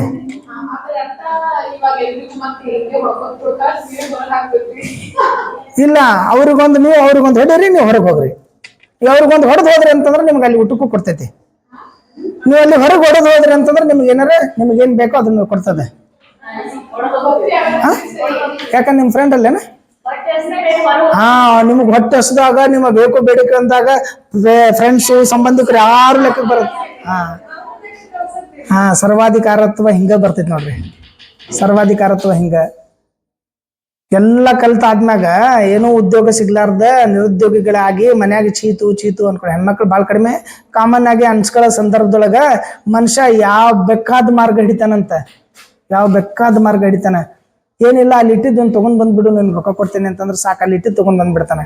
ಅವ್ನು ಗೊತ್ತಾಗ್ಬಿಡ್ತಾನೆ, ಅಲ್ಲಿ ಇಟ್ಟಿದ್ದು ತಂದು ಕೊಡ್ತಾರಲ್ಲ, ಮತ್ತೊಬ್ರು ಯಾರೆಲ್ಲ ಇಟ್ಟಿರ್ತಾರಲ್ಲ ಅವೆಲ್ಲ ತೊಗೊಂಡ್ ಬಂದು ಕೊಡಕ್ ಚಾಲೂ ಮಾಡ್ತಾನೆ, ತುಡುಗ್ ಮಾಡಕ್ ಚಾಲೂ ಮಾಡಿಬಿಡ್ತಾನೆ. ಒಂದು ಸಂದರ್ಭ ಹಿಂಗೂ ಬರ್ಬಹುದು. ಮೊದಲಿತ್ತದು 30 ವರ್ಷ 40 ವರ್ಷದ ಮುಂಚಿತ್ತು. ಹೆಂಗಂದ್ರೆ ಬಟ್ಟಿ ಹೊರಗೆ ಒಣ ಆಗ್ತಿರ್ಲಿಲ್ಲ ಮಂದಿ, ಯಾಕಂತಂದ್ರೆ ಬಟ್ಟಿ ತುಡುಗಾಗ್ತಿದ್ವು ಅಂತ. ಕಾಳು ಕಡಿ ಒಣ ಹಾಕಿದ್ರೆ ಕಾಳು ಕಡಿ ತುಡುಗಾಗ್ತಿದ್ವು ಅಂತ, ಮನ್ಯಾಗ ಅಡಿಗೆ ಮಾಡಿಟ್ಟಿದ್ದು ಅಡಿಗೆ ತುಡುಗಾಗ್ತಿತ್ತು ಅಂತ. ಇಂಥ ಪರಿಸ್ಥಿತಿನೂ ಬಂದ್ರೆ ಬರ್ಬೋದು, ಹೇಳಕ್ ಬರಂಗಿಲ್ಲ. ಯಾರಿಗೆ ಏನೇನ್ಸ್ಬೇಕಾಗಿರ್ತದೋ ಅದನ್ನ.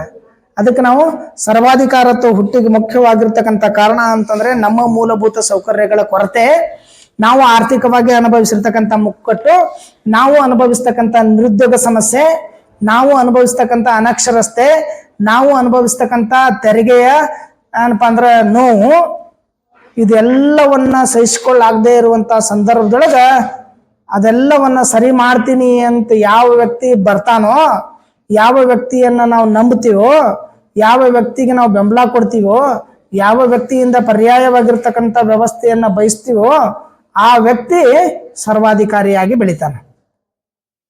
ಆ ವ್ಯಕ್ತಿ ಸರ್ವಾಧಿಕಾರಿಯಾಗಿ ಬೆಳಿತಾನೆ. ಹಿಂಗ ಯುರೋಪಿನೊಳಗೆ ಏನಪ್ಪಾ ಅಂತಂದ್ರೆ ಬಹುತೇಕವಾಗಿ ಸರ್ವಾಧಿಕಾರತ್ವ ಹುಟ್ಟಾಗಕ್ಕೆ ಪ್ರಾರಂಭ ಆಯ್ತು. ನಿಮ್ ಸಿಲೆಬಸ್ಕ್ಕೆ ಇರೋದು ಇಟಲಿ ಒಳಗ ಮುಸ್ಲೋನಿ, ಜರ್ಮನಿ ಒಳಗ ಹಿಟ್ಲರ್, ಇಬ್ಬರು ನಿಮ್ ಸಿಲೆಬಸ್ಗೆ ಇರ್ತಕ್ಕಂಥದ್ದು. ಇಬ್ಬರ ಸರ್ವಾಧಿಕಾರತ್ವದ ಬಗ್ಗೆ ಬೇಕಾದ್ರೆ ನಾಳೆ ನೋಡಮ್ಮಂತ.